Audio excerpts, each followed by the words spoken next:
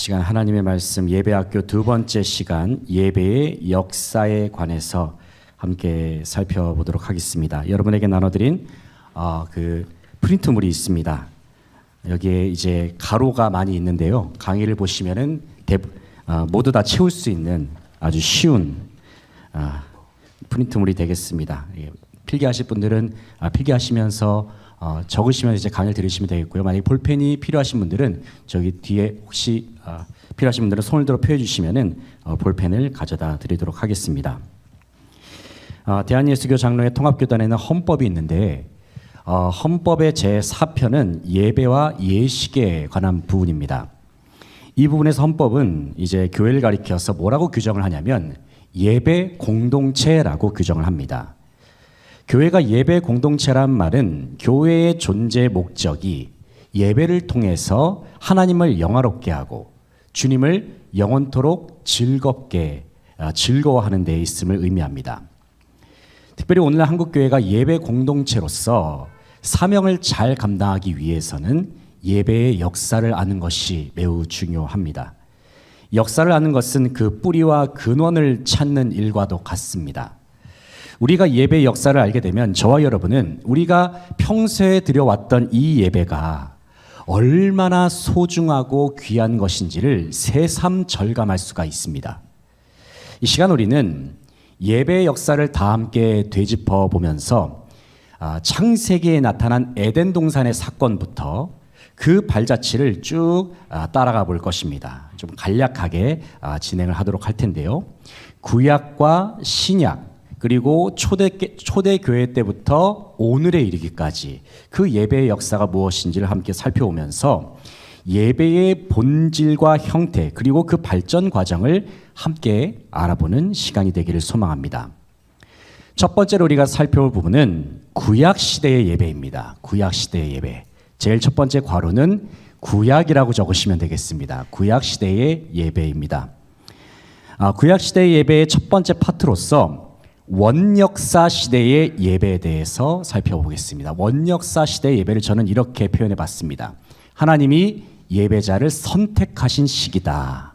그럼 괄호에는 이제 원역사를 넣으시면 되겠고 예배자를 선택하신 시기 이렇게 적으시면 되겠습니다. 여기서 원역사라는 말은 기록된 역사 그 이전의 역사라는 뜻이 있습니다. 태초에 하나님께서 천지 만물을 창조하셨습니다. 그리고 주님께서는 하나님의 형상을 따라 아담과 하와를 만드셨습니다. 하지만 아담과 하와는 선악과를 먹지 말라는 주님의 말씀에 불순종해서 범죄를 했습니다. 이로 인해서 그들은 에덴 낙원을 잃어버렸죠. 하나님과의 자연스러운 교제도 불가능하게 되었습니다. 그 후에 아담의 아들 둘이 있죠. 누굴까요? 가인과 아벨. 그렇습니다. 가인과 아벨이 있는데 그들이 제단을 쌓고 제물을 가지고 나와서 하나님 앞에 제사를 드립니다. 하나님께서는 그들이 제사를 드릴 때마다 주님과의 교제를 그때그때 회복을 시키셨습니다. 그 후에도 예배는 쭉 계속됩니다. 에녹은 하나님과의 끊임없는 교제 속에서 주님과 동행하죠. 주님과 동행하면서 하나님을 예배했던 사람이 에녹이었습니다. 창세기 1장부터 11장에 나오는 인류 최초의 예배, 최초의 예배들이 1장부터 11장까지 내용 그 사이에 기록이 되어 있는데 언뜻 보기에는 별로 특별한 점이 없어 보입니다. 하지만 그래도 여기에는 다른 종교와의 분명한 차이점은 있습니다. 그것은 하나님께서 인간에게 자신을 계시하셨다는 것입니다. 하나님께서 인간에게 자신을 계시하셨다. 그리고 또 한 가지는 하나님께서 인간으로 하여금 자신을 예배하도록 예배자들을 선택하셨다는 사실입니다. 바로 이것이 원역사 예배의 중요한 특징이 되겠습니다. 두 번째 파트로 넘어가겠습니다. 두 번째 파트는 족장 시대의 예배입니다. 족장 시대. 아브라함과 같은 이제 사람들이 족장 아닙니까? 족장 시대의 예배의 특징은 간단하면서 개인적인 예배였다. 이렇게 표현하고 싶습니다. 창세기 12장에서 아브라함의 등장을 시작으로 해서 족장 시대가 열립니다. 아브라함은 장막을 옮길 때마다 여호와를 위해서 제단을 쌓았습니다. 그 아들 이삭은 아브라함으로부터 하나님께 예배하는 것을 배웠습니다. 그도 마찬가지로 제단을 쌓았죠. 이삭의 아들인 야곱도 마찬가지로 베델에서 돌단을 쌓습니다. 그리고 거기서 하나님을 예배합니다. 족장 시대의 예배 특징은 당시 족장들이 하나님을 만난 그 장소, 어느 지정된 장소가 아니라 하나님을 만난 그 장소에서 예배를 드렸다는 것입니다. 그리고 족장들이 하나님을 예배했던 그 장소는 시간이 지난 다음에 성스러운 장소로 취급되었습니다. 이것이 특징입니다. 당시 족장 시대 때에는 가장이나 족장이 직접 제사를 주도해서 예배를 인도했습니다. 그러면서 이제 최초의 집단 예배가 이때 탄생하게 됩니다. 이때의 예배는 간단하면서도 개인적인 특징이 있습니다. 그리고 예배의 형식은 동물을 바치는 희생 제사와 기도가 중심을 이루었다는 특징이 있습니다. 다음으로는 출애굽 시대의 예배를 살펴보겠습니다. 출애굽 시대. 벌써 출애굽입니다. 벌써. 출애굽 시대의 예배는 절차와 질서가 확립된 예배였다. 이렇게 표현하고 싶습니다. 앞서 살펴본 족장 시대의 예배는 개인과 가정적인 차원에서 이루어진 예배였습니다. 이와 비교했을 때에 출애굽 시대 때의 예배는 그 범위가 확장되어서 민족적인 차원에서 이루어집니다. 아마 여러분들이 이제 다 알고 계신 내용들을 예배의 관점에서 지금 정리하고 있는 겁니다. 하나님께서 모세에게 성막과 제사에 관한 법과 규정을 친히 하나님께서 직접 말씀하셨습니다. 이를 통해서 예배의 절차가 세워졌죠. 그리고 그동안 어떻게 보면 무질서하게 드려져 왔던 예배의 형식이 공식적으로 제도화되었습니다. 우리가 읽었던 레위기라든지 출애굽기의 여러 부분들을 보게 되면은 그 예배의 형식에 대한 부분들이 나와 있죠. 당시 하나님께 대한 예배는 재판과 율법을 가르쳤던 회막에서 이루어졌었는데 그 후에 성막이 만들어지면서 예배는 성막에서 드려지게 됩니다. 특별히 하나님께서는 모세에게 제사법과 함께 예배자의 삶의 기본 원리를 담은 10가지의 계명, 뭘까요? 10계명이죠. 10계명을 가르쳐 주셨습니다. 주님께서 10계명을 말씀하셨다는 것이 의미한 바가 무엇이겠습니까? 그것은 하나님께 드리는 예배 의식은 예배자의 삶과도 일치해야 한다는 겁니다. 이런 의미에서 출애굽 시대는 예배와 삶의 일치 속에서 하나님께 대한 올바른 예배 절차와 질서가 확립되고 강조된 시기였다. 이렇게 볼 수 있습니다. 출애굽 다음 시기가 어떤 시기입니까? 사사시대. 사사시대입니다. 사사시대의 예배는 예배의 혼란 시기였습니다. 출애굽한 이스라엘은 40년의 광야 생활을 끝내고 하나님께서 약속하신 가나안 땅으로 들어갔습니다. 그런데 문제가 생겼습니다. 왜냐하면 가나안 땅에는 토착 종교였던, 우리가 성경에서 주로 많이 듣는 우상이 뭐가 있습니까? 한번 말씀해 보시기 바랍니다. 뭐가 있죠? 말씀 한번 해주시면 안 될까요? 네, 뭐가 있습니까? 바알, 네, 바알, 예, 바알. 그 얘기를 하려고 합니다. 예, 바알 종교가 있었거든요. 바알 종교가 있었기 때문입니다. 이로 인해서 이스라엘 예배는 혼란에 빠져버렸습니다. 그리고 그 우상들로 이스라엘의 예배는 점차 변질이 되면서 타락하기에 이릅니다. 하나님을 향한 백성들의 마음, 백성들의 의식도 점점 타락해져 갔습니다. 하지만 그때마다 하나님께서 누구를 세우셨습니까? 사사를 세우셨죠. 사사를 세우셨습니다. 그리고 사사들은 타락한 백성들로 하여금 다시금 하나님께서 모세를 통해 말씀하셨던 그 예배의 모습으로 돌아와라. 사사들이 계속해서 호소하는 거예요. 한편 사사시대 때에는 각 지파별로 땅이 분배가 됩니다. 그 당시 몇 군데 지방에는 성소가 세워지기도 했는데 그곳이 하나의 예배의 장소이기도 했습니다. 그 대표적인 장소로는 길갈, 오브라, 실로, 단, 헤브론, 기브온과 같은 그러한 장소가 있습니다. 자, 사사시대 다음에 벌써 이제 왕정시대입니다. 벌써 흐름이 벌써 이렇게 가고 있죠. 통일왕정시대 때를 한번 살펴보겠습니다. 통일왕정시대.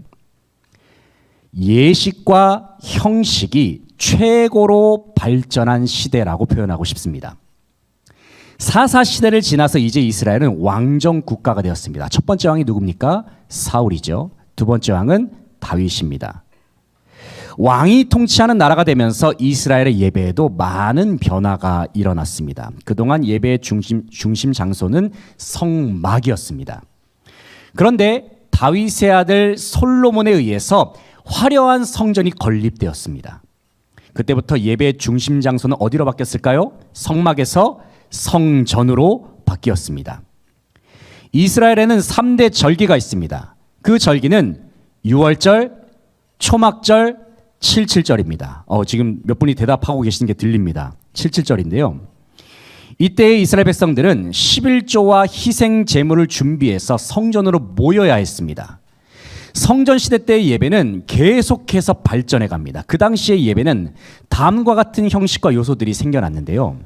그것을 말씀드리면 음악, 독창, 축송, 환성, 춤, 행렬, 기도, 지금 뭐가 많죠? 악기 연주, 설교, 선조들에 대한 회상, 간구, 약속, 신앙 고백, 봉헌, 거룩한 식사, 정결 예식. 지금 벌써 이 몇 가지입니까?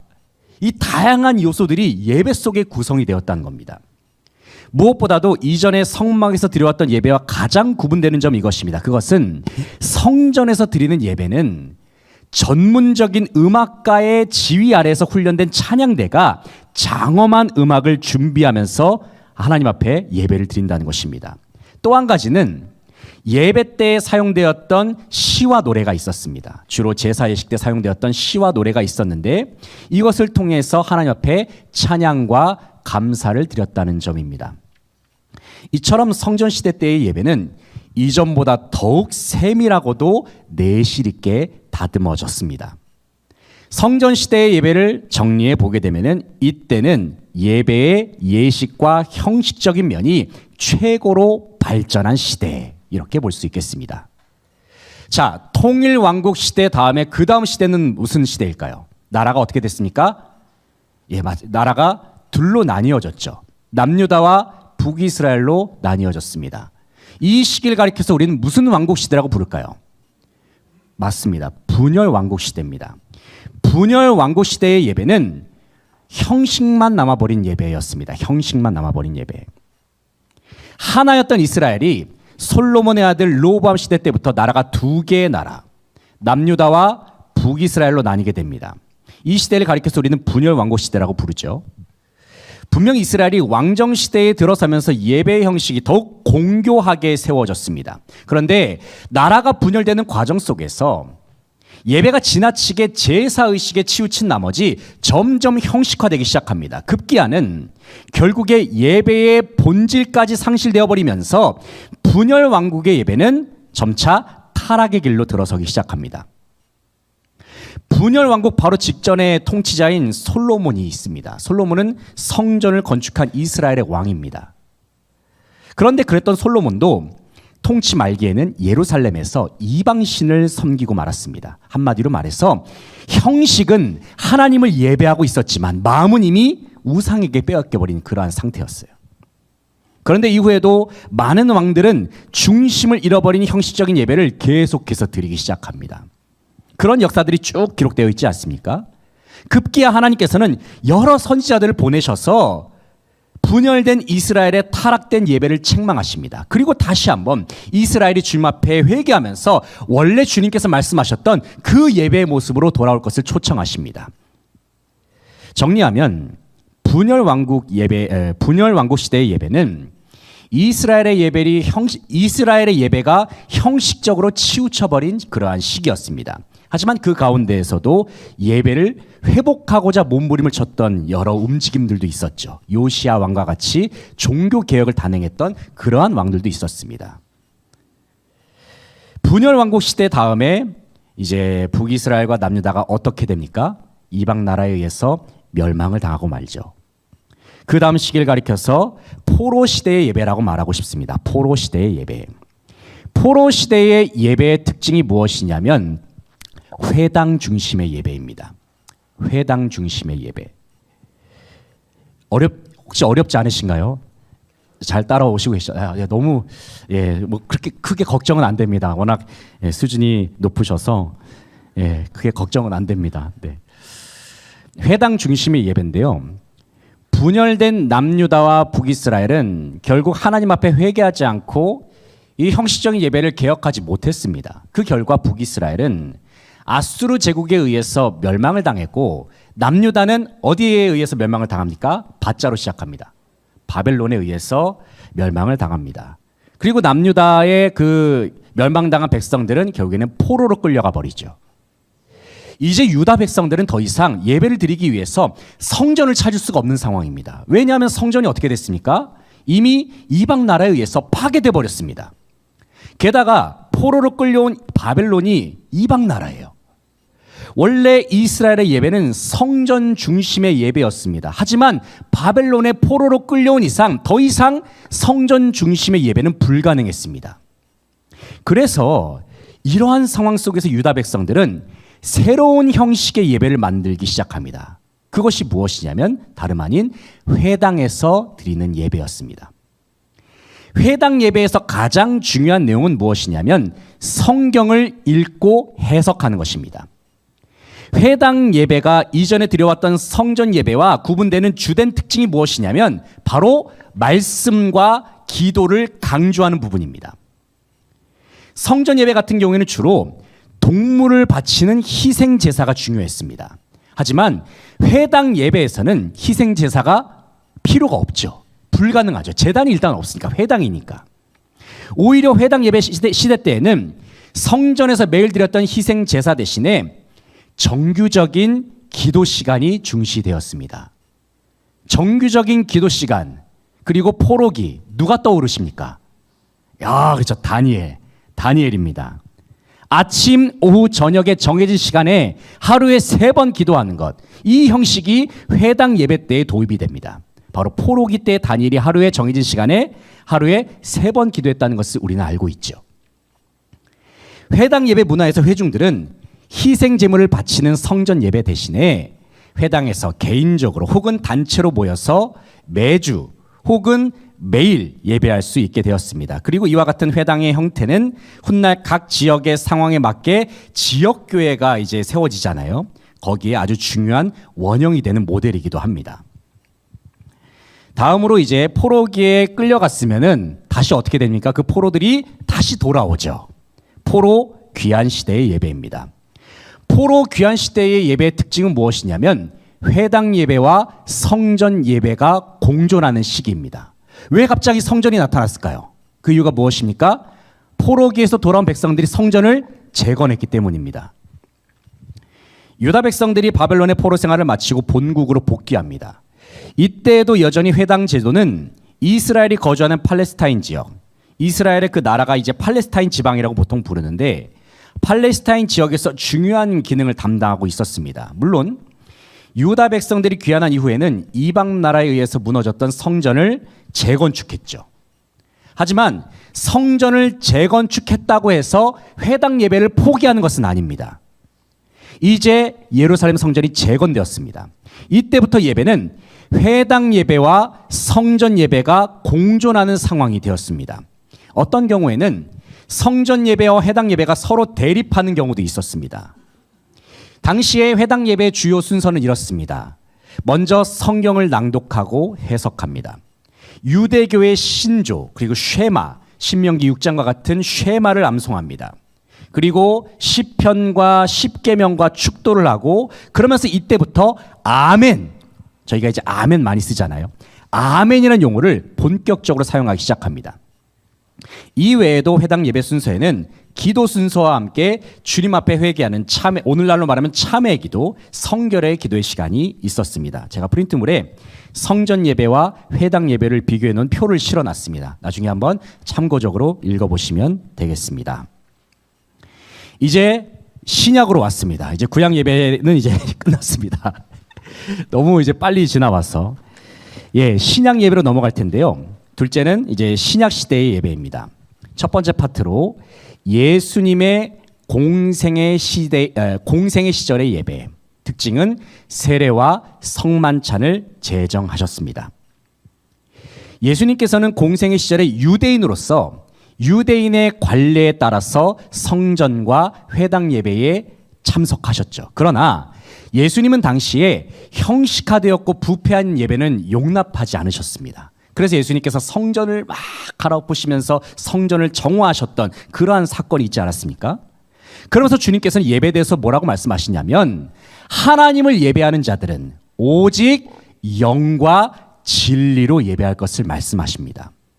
예수님은 예배의 형식이나 제사 제도 자체보다는 그 내용의 의미를 더 중요시 여기셨습니다. 그뿐만 아니라 예배자의 자세도 영적이면서 내적인 면을 더 강조하셨습니다. 성전 제사 제도에 대해서는 예수님께서 나중에 훗날에 이제 십자가 부활의 사건이 성취가 되면서 새 언약이 마련될 때에 그 새 언약 가운데 마련하신 예배가 성취가 되면 과거에 낡았던 모든 제사 제도는 완전히 사라질 것을 말씀하십니다. 그러면서 예수님께서 강조하신 것이 무엇이냐면 예배의 초점은 오직 예수 그리스도께로 집중되어야 한다. 주님께서 말씀하셨습니다. 히브리서를 보면 영원한 대제사장 되시는 예수님께서 단 한 번의 완전한 희생 제사를 드리심으로써 더 이상 희생 제사가 필요 없다 말씀하셨죠. 특별히 예수님께서는 예수님 자신이 곧 성전이라고 말씀하셨습니다. 그래서 구약에 진행되었던 성전 예배는 성전 그 자체 되시는 예수님 안에서 드리는 예배로 완성되었음을 주님께서는 말씀하셨습니다. 신약시대 예배에 있어서 가장 중요한 요소 중에 하나는 바로 예수님에 의해서 제정된 성례전 두 가지입니다. 세례와 성만찬입니다. 세례는 예수님의 십자가와 부활 사건이 내게 임함으로 인해서 나의 존재가 완전히 변화된 것을 확증하는 예식이 바로 세례가 되겠습니다. 그리고 성만찬은 예수님께서 친히 잡히시기 전날 밤에 제자들과 함께 가진 유월절 식탁에서 비롯된 예식이 되겠습니다. 다음으로는 우리가 사도시대의 예배에 대해서 생각해 보겠습니다. 사도시대의 예배를 말씀을 드리면 주의를 지키는 예배였다. 주의를 지키는 예배라고 말씀드리고 싶습니다. 사도시대의 예배는 기독교적인 예배를 새롭게 구성하고 전개하는 시기였습니다.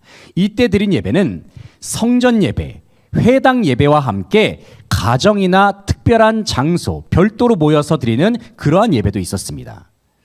처음 기독교 예배가 탄생할 때에는 유대교의 전통적 예식과 대립되지 않는 선에서 조용히 비공식적으로 이 성도들이 이제 유대교의 예배도 참석하고 그랬습니다.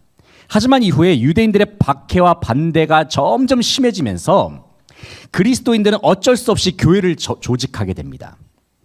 그에 적합한 예배 형식도 만들게 되죠. 초대교회 성도들은 1세기 말까지만 하더라도 회당 예배에 참석했었습니다. 이때만 하더라도 기독교 예배는 주님의 부활을 기념하는 주일과 함께 유대교의 안식일도 동일하게 지켜왔습니다. 그러나 1세기 말에 랍비들의 모임인 얌리아 회의라는 곳이 있습니다. 얌리아 회의. 그런데 그 회의에서 이런 결정이 내려버립니다. 그것은 기독교인은 더 이상 회당 예배에 참석하면 안 된다. 이런 결정이 내려진 거예요. 한마디로 말해서 기독교인은 유대교 예배에서 아예 추방돼 버립니다. 그래서 기독교인들은 회당 예배에서 완전히 추방된 이후부터는 안식일 다음 날이 언제입니까? 안식일이 오늘날로 말하면 토요일이거든요. 안식일 다음 날인 일요일을 주의 날로 정하면서 모이기 시작했습니다. 기독교인들이 주의 날, 주일을 지키는 이유는 예수님의 부활을 기념하기 위해서입니다. 오늘이 주일이잖아요. 우리가 주일을 매주 모이고 있잖아요. 매주 모이고 있는 그 이유가 무엇입니까? 예수님의 부활을 기념하기 위해서입니다. 예수님의 부활을 기억하는 날이 주일입니다. 주의 날. 당시의 예배의 내용으로는 몇 가지 요소들이 있는데 성경 봉독, 찬가, 기도, 봉헌, 회중의 아멘 화답, 신앙 고백, 평화의 입맞춤, 서로 교제하는 것이죠. 서로 인사를 나누고 설교, 떡을 나누는 것, 주의 만찬, 세례 등이 있었습니다. 여기까지가 이제 신약 시대의 예배가 되겠고요. 이제 마지막 파트로는 이제 교회사를 통해서 이제 성경을 넘어서서 그 이후의 역사에 대해서 함께 살펴보겠습니다. 교회사를 통해 알아보는 예배. 첫 번째 파트는 박해 시대의 예배입니다. 박해가 있었던 시기. 로마 제국이 기독교를 심하게 박해했던 때가 있었죠. 그때 그리스도인들은 믿음을 지키는 예배를 드렸습니다. 초대 교회가 탄생한 이후에 기독교는 로마의 심한 박해를 당합니다. 이 당시 교회는 로마의 박해를 피해서 지하로 들어간 경우가 많았습니다. 그 지하 동굴을 보통 뭐라고 말합니까? 카타콤. 예, 맞습니다. 카타콤이라고 말하죠. 그런데 당시 예배가 어떻게 발전했는지에 대한 부분을 확인하기는 쉽지가 않습니다. 왜냐하면 당시 예배의 발전상을 확인할 만한 자료가 거의 존재하지 않기 때문입니다. 그래도 박해 시기의 예배의 특징에 관해서 알 수 있는 문헌이 한 5개 정도 존재한다고 합니다. 그래서 그 문서들을 통해서 당시 예배의 특징을 정리하면 다음과 같습니다. 첫째는 찬미와 신령한 노래로서 가장 먼저는 예배자의 마음을 주님 앞에 드리는 순서를 갖는다. 이것이 첫 번째 특징입니다. 찬미와 신령한 노래. 그리고 두 번째는 기도에 대한 관심을 가지면서 주님께서 가르쳐 주신 기도, 주기도문이죠.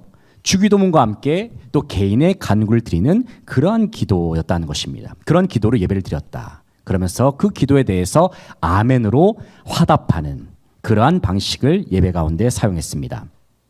셋째, 초대교회 예배에서는 구약과 사도들의 가르침을 읽으면서 복음을 선포하기도 했습니다.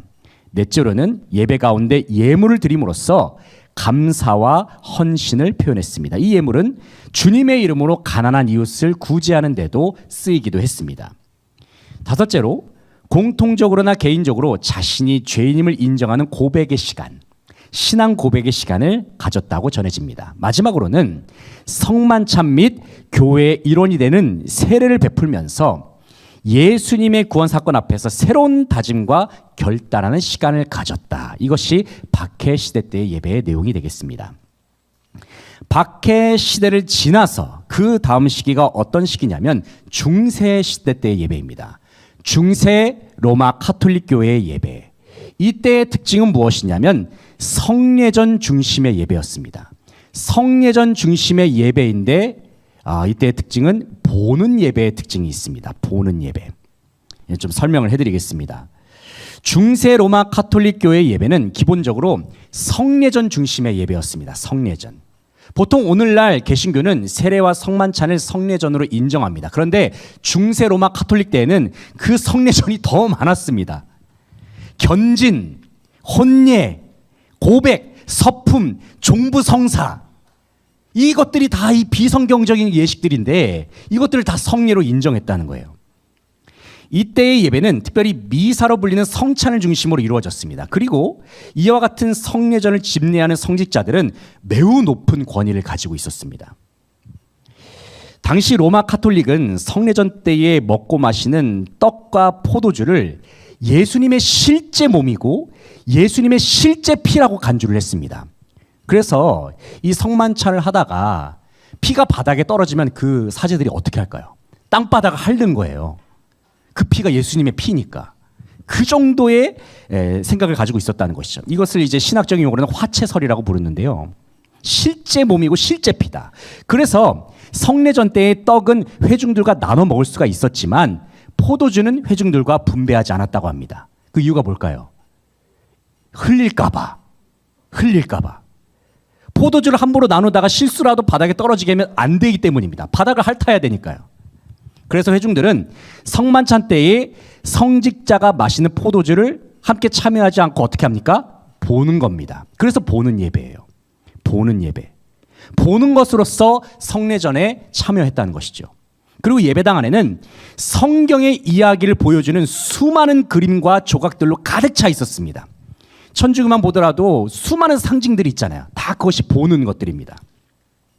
반면에 이때 로마 카톨릭 때에는 설교는 거의 행해지지 않는 특징이 있습니다. 그리고 예배 때에 설교에 대한 강조도 없습니다. 그뿐만 아니라 설교를 할 수 있었던 성직자도 당시에는 거의 없었습니다. 왜냐하면 그 당시의 설교는 모국어로 한 것이 아니라 라틴어로 했기 때문입니다. 그 당시 예배의 기본적인 특징은 보는 예배였다. 로마 가톨릭의 예배는 그 나라의 모국어가 아니라 라틴어로 집례를 했습니다. 그런데 중세 사회 때는 어떤 시대냐면은 교육이 부재한 시대였습니다. 그렇기 때문에 일반 성도들은 모국어로 된 글도 잘 읽지 못합니다. 그런데 이와 같은 상황 속에서 성직자가 모국어가 아닌 라틴어로 교리를 설명하고 예배를 인도합니다. 찬양대가 부르는 찬양도 라틴어인데다가 곡조도 어렵습니다. 그러니 로마 가톨릭 교회 당시의 성도들은 어떻겠습니까? 예배의 참여자이기보다는 그저 예배의 구경꾼이나 방관자로 서 있을 수밖에 없었던 것이죠. 이제 로마 가톨릭 교회의 시대를 지나서 이제 마틴 루터를 시작으로 해서 무엇이 일어납니까? 종교 개혁이 일어납니다. 종교 개혁 시대의 예배. 종교 개혁 시대의 예배의 특징은 설교 중심의 예배, 듣는 예배입니다. 이 가로가 두 개인데 제가 노란색으로 표시를 못 해놨네요. 설교 중심의 예배, 듣는 예배입니다. 종교 개혁은 본질적으로 복음이 회복되는 예배였습니다. 종교개혁 이전의 로마 가톨릭 교회에서는 복음은 주로 성례전을 어떻게 하는 거예요? 보는 것을 통해서, 눈으로 보는 것을 통해서 잘 전달될 수 있다고 보았죠. 하지만 종교개혁이 일어난 이후부터는 설교야말로 복음을 가장 효과적으로 전달할 수 있는 수단이라고 보았습니다. 로마 가톨릭 시대의 설교는 언제나 성례전보다 아래에 위치해 있었습니다. 성례전이 언제나 최고예요, 로마 가톨릭 시대는. 그러나 종교개혁 시대에 들어서는 설교가 예배에 있어서 중심적인 위치를 차지하게 됩니다. 바로 이와 같은 흐름 속에서 종교개혁 시대의 예배는 로마 가톨릭 때의 보는 예배에서 이제 복음을 듣는 예배로 전환되었습니다. 이를 위해서 종교개혁가들이 했던 작업들이 있습니다. 모국어로 설교를 하기 시작합니다. 그리고 성경을 어떻게 합니까? 모국어로 번역을 하는 작업을 진행합니다. 그런데 우리는 종교개혁 시대의 예배가 설교를 강조했다고 해서 성례전을 배제했다고 오해해서는 안 됩니다. 오히려 말씀에 대한 정확한 이해는 성찬에 대한, 성례전에 대한 올바른 이해로 이어졌습니다. 로마 가톨릭 시절의 성찬은 거의 우상 숭배와도 같았어요. 왜냐하면 성찬을 통해 마시는 떡과 잔이 실제 주님의 살과 피가 변한 것이다라는 그러한 인식이 있었기 때문입니다. 그것이 화채설이라고 아까 말씀을 드렸죠.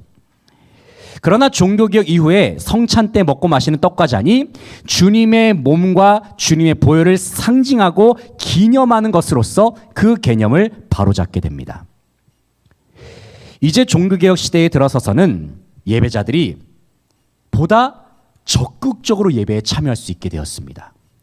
성경도, 설교도, 찬양도 다 모국어로 하니까 누구나 주도적으로 참여하면서 하나님을 예배할 수 있습니다. 무엇보다도 종교개혁 예배는 모든 성도가 만인 제사장으로서 하나님께 나아갈 수 있음을 강조합니다. 하지만 오해해서는 안 되는 점은 만인 제사장 이론은 성직자의 중요성을 없앤 입장은 아니라는 것입니다.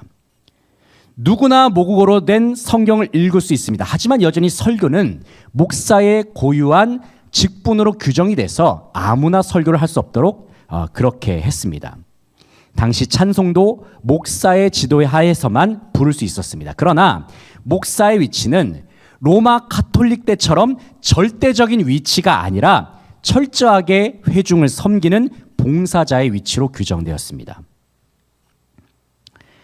특별히 종교개혁의 예배는 로마 가톨릭 때 있었던 잡다한 형식들을 놀라울 만큼 단순화시킨 예배였습니다. 예배당 구조도 단순해졌습니다. 그림이나 형상들도 제거되었습니다.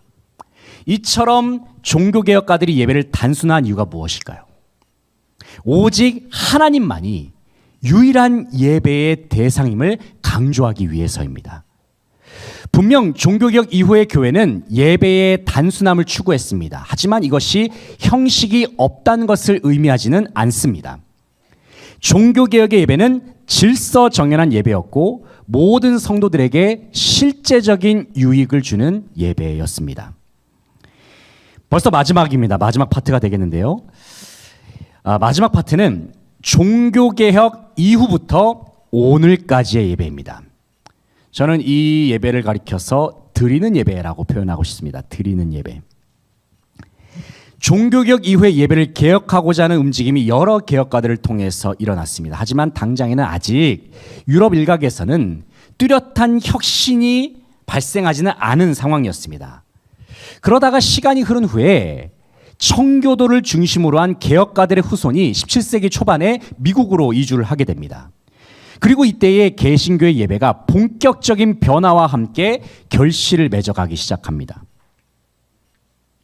당시 청교도들은 교회와 국가를 철저하게 분리하면서 교회의 자유로운 형태와 예배 의식의 개혁을 인도하기 시작합니다. 특별히 1800년경부터 발생했던 대각성 부흥운동이라는 것이 있습니다. 대각성 부흥운동.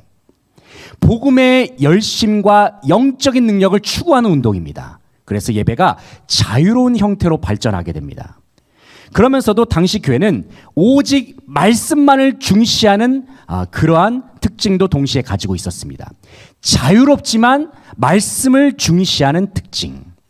하지만 시간이 지나서 19세기 말에 접어들면서 당시에 또 이런 분위기가 있었습니다. 예배가 너무 형식이 없고 이전보다 더 많이 자유를 허용하게 되니까 많은 사람들이 위기감을 느끼게 된 겁니다. 그래서 미국 내에서는 다시 종교개혁가들이 주장했던 그때의 모습을 되찾아야 한다. 소위 말하는 예배 복고운동이 일어났습니다. 한마디로 말해서 너무 자유롭거나 지나치게 형식이 없는 예배를 다시금 보완하자라는 말입니다. 20세기 초까지는 잃어버린 예배 질서를 되찾는 일환으로 새로운 예배 예식서들이 발간되기도 했습니다. 그러면서 이와 같이 새롭게 일어난 예배에 대한 관심이 그동안 이 종교개혁가들에게 어떻게 보면 과감하게 제거된 부분들이 있잖아요. 그 모든 요소들을 다시 한번 재검토하는 그러한 과정을 거치게 됩니다. 그래서 교회는 지난 역사 속에서 들여왔던 기독교 예배 예식을 차근차근 돌아보는 거예요. 예배당의 구조도 다시 살펴봅니다. 설교단의 위치, 제단의 위치도 점검합니다. 성찬상도 세워봅니다. 십자가를 단위에 세우는 작업도 해봅니다. 더 나아가서 종교개혁가들에 의해서 제거되었던 로마 카톨릭 시대의 여러 상징물들, 그 중에서는 쓸만한 것들은 조심스럽게 교회에 부착하기도 했습니다. 이제 성만찬을 집례할 때에도 이전보다는 더욱 진지한 자세를 추구하게 되었고 그 횟수도 더 늘어났습니다. 그리고 예배에 있어서도 칼빈과 같은 개혁가들이 주장했던 여러 순서들이 있는데 이러한 순서들, 우리가 이미 지금 하고 있는 순서들이죠. 예배의 부름, 죄의 고백, 용서의 선언과 같은 순서를 넣어서 다양한 예배의 형식을 갖추기 시작합니다. 이제 오늘날과 점점 가까워지고 있죠. 게다가 목사의 역할도 단순히 성도를 위해 봉사하는 역할뿐만이 아니라 예배를 집례하는 권위를 가진 자로 인식을 하기도 했습니다. 그래서 목회자의 복장은 종교개혁 때처럼 이제 성직자의 셔츠를 입는다든지 강단에서는 이제 가운이나 교회력에 따라 이제 스토를 착용한다든지 그런 일들이 활발하게 이루어지기도 했습니다. 바로 이와 같은 경향들은 성도로 하여금 하나님 앞에 드리는 예배의 존엄성을 인식시켜주는 계기가 되었습니다. 동시에 그동안 경시되어 왔던 예배의 요소들을 다시 한번 받아들일 수 있는 그러한 계기가 되기도 했습니다. 이러한 현대교회 예배 변화는 미국뿐만이 아니라 세계 교회로까지 확산이 됩니다. 그래서 단순히 듣는 예배만이 아니라 예배자가 마음과 정성을 다하여 드리는 예배가 중요하다는 인식이 교회 가운데 자리 잡게 되었습니다. 지금까지 내용을 이제 한번 정리를 해보겠습니다. 우리는 예배의 역사를 지금 간략하게 살펴보았습니다. 예배는 인간이 창조된 이후에 오늘에 이르기까지 기나긴 역사를 가지고 있습니다. 어떤 시대이든 간에 예배는 형식과 그 의미가 강조되었습니다. 그리고 그 속에 있는 외형적인 것과 내면적인 것이 조화를 이루는 것이 중요합니다. 그러나 우리가 어떠한 형식의 예배를 드리고 어떠한 내용의 예배를 드리든지 우리가 항상 기억해야 할 것 한 가지가 있습니다. 그것은 우리의 예배는 오직 누구의 이름으로 드리는 예배입니까? 오직 예수 그리스도의 이름으로 영과 진리로 아버지 하나님께로 나아가는 시간이라는 사실입니다. 특별히 이 시간 우리를 하나님을 예배하는 예배자로 세워주신 아버지 하나님께 감사하면서 주님께 전심으로 영광을 돌려드릴 수 있는 저와 여러분 되시기를 소망합니다.